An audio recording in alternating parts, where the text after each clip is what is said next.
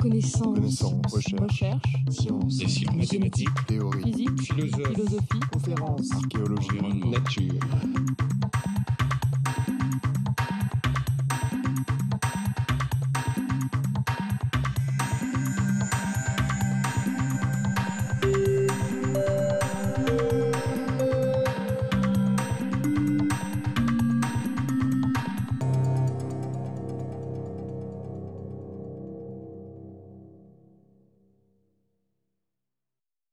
Je voudrais tout d'abord remercier Georges et Michel de me permettre de participer à ce colloque.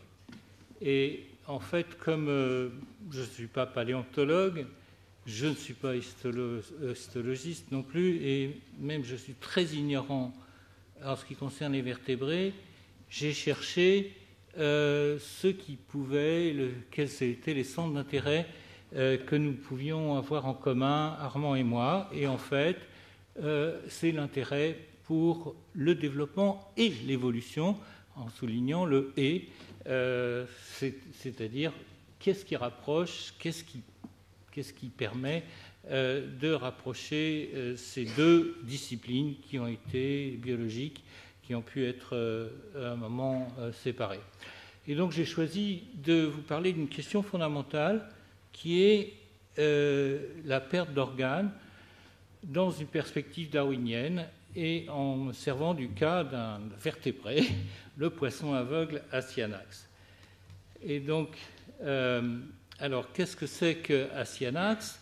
Ce n'est pas seulement le fils d'Hector, d'Hector, c'est aussi un poisson. Et Astyanax, c'est un genre, et Astyanax mexicanus est une espèce mexicaine que l'on trouve sous deux formes, une forme de surface et une forme qui vit dans des cavernes. Et cette forme qui vit dans les cavernes est à la fois aveugle et dépigmentée. Ce qui est évidemment la question de la perte des yeux dans les espèces cavernicoles est une chose bien connue. Et donc, en fait, d'une manière, ça illustre un phénomène plus général encore, qui est la réduction et la perte d'organes. Comment expliquer, du point de vue évolutif, la réduction et la perte d'organes ? En fait, c'est dans une perspective lamarckienne, c'est assez simple.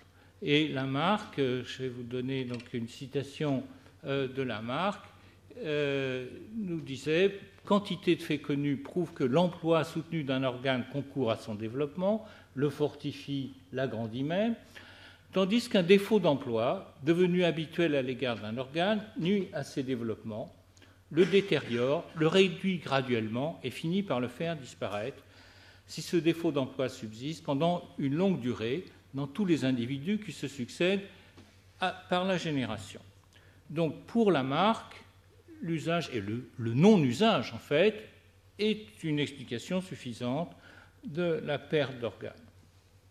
Et cette explication lamarckienne était tout à fait partagée par Darwin, qui écrit que les yeux des taupes et de certains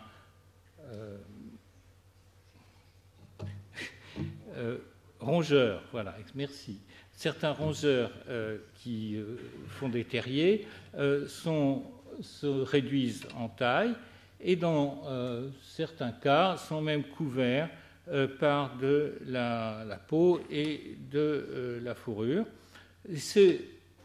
Cet état des yeux est probablement dû à une réduction graduelle due au défaut d'usage.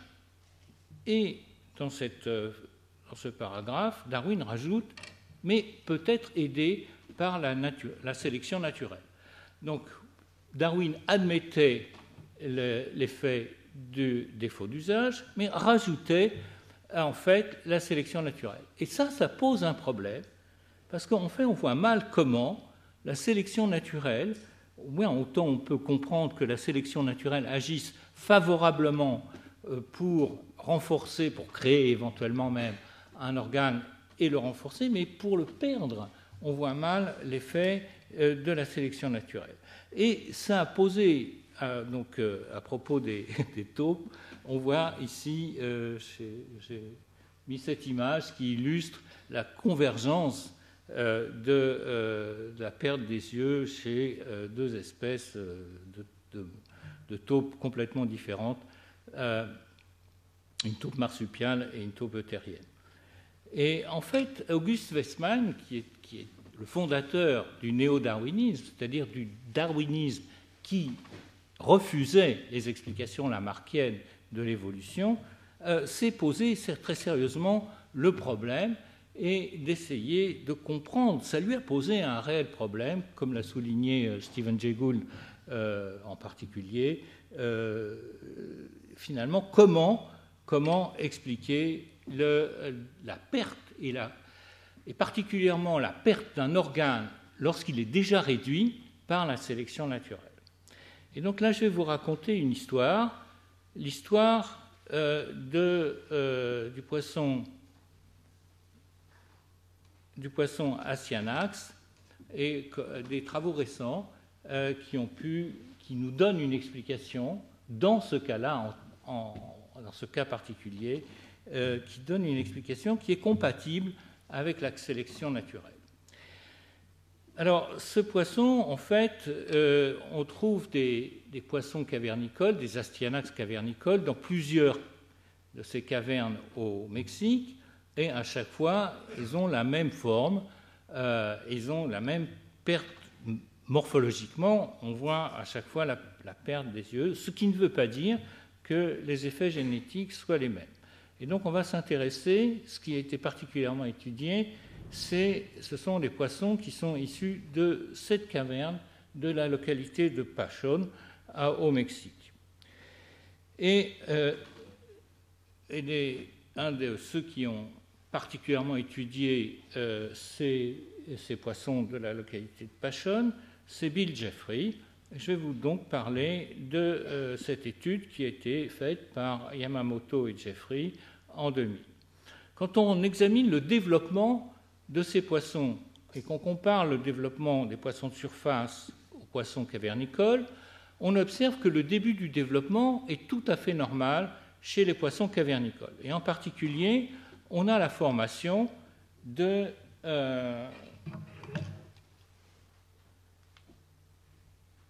ici, vous voyez, du primordium de la lentille.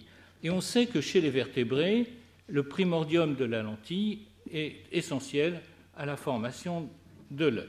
Donc, il semble que le début du développement soit normal chez les poissons cavernicoles. Mais quand on regarde plus tard,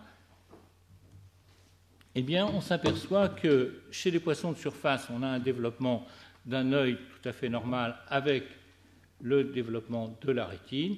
Au contraire, chez les poissons cavernicoles, eh bien, on a dégénérescence de l'œil, pas formation de rétine, et on a dégénérescence même du primordium qui était présent au début du développement. Alors, Yamamoto et Jeffrey ont fait des expériences tout à fait intéressantes de greffe en utilisant le poisson de surface et le poisson cavernicole. L'idée, c'est de greffer le primordium de la lentille d'une espèce, c'est la même espèce, d'une forme dans l'autre. Et lorsqu'on greffe le primordium de lentille du poisson de surface dans un poisson cavernicole, eh bien, on peut greffer d'un côté, et comme ça on a le témoin de l'autre côté. Eh bien, ici, donc, on a greffé à droite. Eh bien, on observe effectivement qu'en le greffon du poisson de type de surface permet, chez le poisson cavernicole, la formation d'un œil tout à fait normal, tout à fait complet avec sa rétine. Et puis, ils ont fait l'expérience réciproque, c'est-à-dire de greffer finalement la primordium de lentilles d'un poisson cavernicole chez un poisson de surface. Et là, en fait, c'est très, très surprenant, c'est ce qu'on n'attendait pas, c'est qu'on observe qu'on a dégénérescence de l'œil chez le poisson de surface. Donc, on avait un premier résultat. Le résultat du premier type de greffe montre qu'en fait, finalement, le primordium de lentilles, de cristallin, permet la formation d'un œil normal, ce qui était ce qu'on attendait. Il est clair que, finalement, la dégénérescence observée dans le cas réciproque, elle montre qu'il y a un mécanisme destructeur qui est induit par la lentille finalement, de l'œil du poisson cavernicole. Et ça, c'était pas attendu. Mais donc, ça montre qu'on a un effet d'induction, finalement, de la perte de l'œil. Et ça a été repris, une hypothèse, c'était que cette induction pouvait être due à une molécule signal bien connue dans le développement des vertébrés, qui est la molécule Sonic Hedgehog. Et des travaux menés à Gif-sur-Yvette ont permis que je vous représente ici, ont permis effectivement d'observer l'expression de cette molécule Sonic Hedgehog, qui est une molécule de communication cellulaire, de signalisation cellulaire, qui est une des grandes voies de signalisation cellulaire connues dans le développement des animaux, et Sonic Hedgehog chez les vertébrés. Donc ici, on voit finalement la différence entre le poisson de surface et le poisson cavernicole, et en fait, on s'aperçoit qu'on a finalement une augmentation d'expression de cette molécule Sonic Hedgehog chez le poisson cavernicole, et en particulier dans des régions comme le subpallium, qui sont des régions importantes pour la formation des yeux. Alors, en fait, j'ai un problème là, je suis désolé, j'ai un problème. C'est parce que c'est un problème informatique, c'est-à-dire le passage de Macintosh à ce type de... Contrairement à ce que j'escomptais, nous donne une... voilà, on n'a pas l'image. Alors, je vais expliquer ce qu'il y a dans cette image que vous n'avez pas. C'est un schéma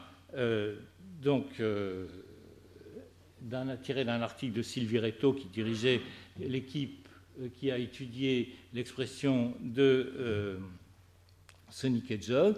Et en fait, cette molécule Sonic Hedgehog a plusieurs effets. Et un de ces effets, c'est d'augmenter l'expression d'un gène qui est un facteur de transcription qui s'appelle LHX6. Et ce facteur de transcription, lui, en fait, promeut la formation et la migration de neurones sensoriels dans le cerveau antérieur des poissons. Le résultat, c'est qu'on a plus de neurones sensoriels dans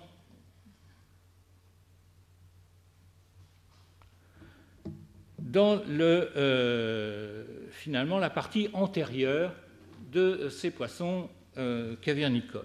Alors ça a son intérêt, parce qu'une autre expérience qui a été faite par une autre équipe a consisté à transporter des poissons cavernicoles d'une de ces cavernes dans une autre. Et à ce moment-là, que font ces poissons? Eh bien, ils font le tour de la caverne en mettant leur tête en avant pour reconnaître le terrain. Et ensuite, ils n'ont plus besoin de ça, ils ont appris finalement leur nouvel environnement, et finalement, donc leurs neurones sensoriels antérieurs sont très importants pour ces poissons qui sont dépourvus d'yeux, mais pour se diriger, se déplacer dans leur environnement cavernicole. Et ça, c'est dû finalement à l'augmentation de l'expression de Sonic Hedgehog, qui a pour conséquence l'augmentation de l'expression de LH6 et du coup l'augmentation de ces neurones sensoriels.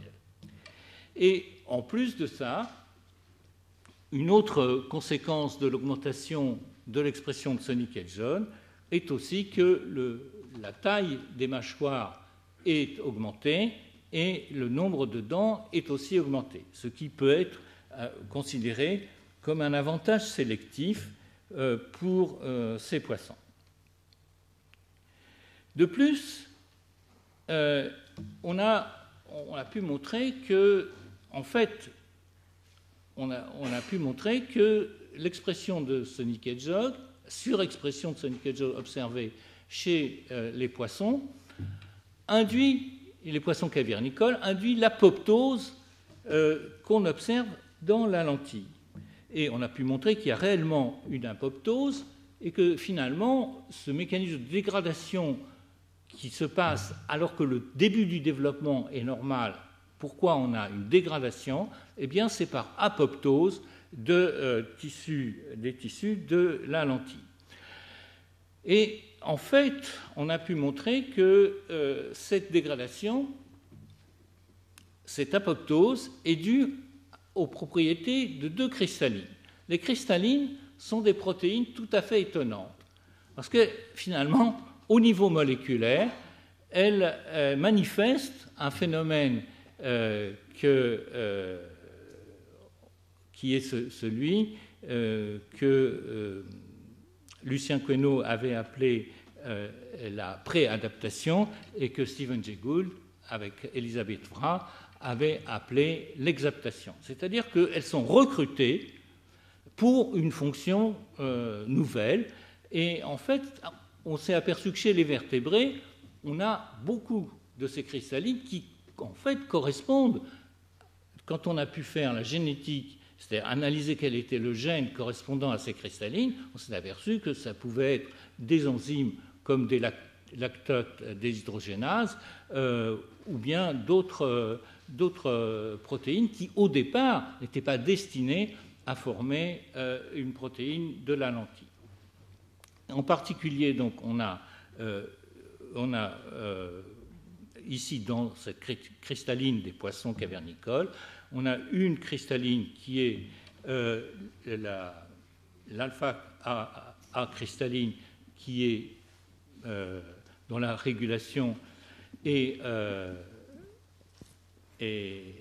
baissée, donc il y a moins de cette cristalline. Or, cette cristalline, normalement, joue un rôle anti-apoptotique. En revanche, on a activation de l'expression d'une autre cristalline qui est un dérivé de l'HSP90, une protéine de choc thermique, et qui a un rôle pro-apoptotique. Donc là, en fait, l'effet de Sonic Hedgehog, dont on ne sait pas trop s'il est direct ou indirect sur ces cristallines, le fait est qu'au travers de l'action de ces cristallines, eh bien, on explique l'apoptose de